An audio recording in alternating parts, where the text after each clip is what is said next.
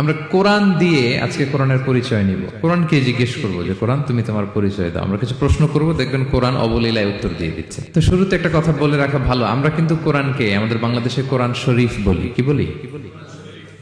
কিন্তু কোরআনে কোথাও কোরআনকে কোরআন শরীফ বলা হয়নি।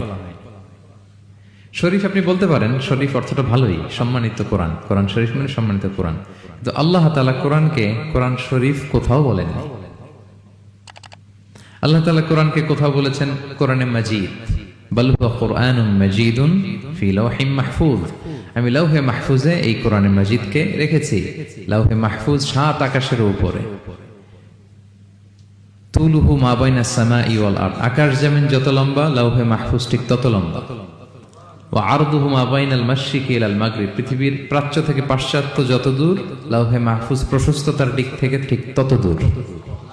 ওহু মিন দুররাতিন বাইদা, সাদা ঝকঝকে ডায়মন্ড দিয়ে আল্লাহ লাওহে মাহফুজকে তৈরি করেছেন। এটা হচ্ছে কোরআনের বাড়ি 7 আকাশের উপরে। তা আল্লাহ বলেছেন বাল হুয়া কুরআনুম মাজিদ, কোরআনে মাজিদ বলছেন আল্লাহ, কোরআন শরীফ বলেন নাই। আরেক আয়াতে আল্লাহ তাআলা বলেছেন ইয়াসিন, তারপরে কি? ওয়াল কুরআনিল হাকিম। তাহলে আরেক আয়াতে কোরআনে হাকিম বলেছেন, প্রজ্ঞাময় কোরআন, কোরআন শরীফ বলেন নাই। সূরা ওয়াকিয়ার আরেক আয়াতে আল্লাহ তাআলা বলেছেন ইন্নাহু লাকুরআনুন কারীমুন ফি কিতাবিম মাকনুন, এখানে বলেছেন কোরআনে কারীম। সূরা হিজরের এক আয়াতে আল্লাহ বলেছেন কোরআনে আযীম, ওয়ালাকাদ আতাইনাকা সাবআম মিনাল মাসানি ওয়াল কুরআনাল আযীম। নবী হে, আপনাকে আমি নিত্য পাঠনীয় সপ্তবাক্য দিয়েছি আর কোরআনে আযীম দিয়েছি। তাহলে আল্লাহ বললেন কোরআনে মাজিদ, তিনি বললেন কোরআনে হাকিম, তিনি বললেন কোরআনে কারীম, কোরআনে আযীম। কিন্তু এগুলো সব থেকে আমরা কি বলি? কোরআন শরীফ বলতে পারেন, অর্থ ভালোই, কিন্তু কোরআনে নাই, আল্লাহ তাআলা বলেন নাই। আসুন কোরআন শরীফ বলার পাশাপাশি আমরা কোরআনে কারীম, কোরআনে মাজিদ এগুলো বলতে অভ্যস্ত হই, কারণ এভাবেই কোরআনকে পরিচয় দিয়েছেন আল্লাহ তাআলা। পারা যাবে তো ইনশাআল্লাহ? শুধু কোরআনই কোরআনের নাম নয়, এছাড়াও কোরআনের আরো অনেক নাম কোরআনে খুঁজে পাওয়া যায়। যেমন কোরআনের একটা নাম হচ্ছে আল কিতাব।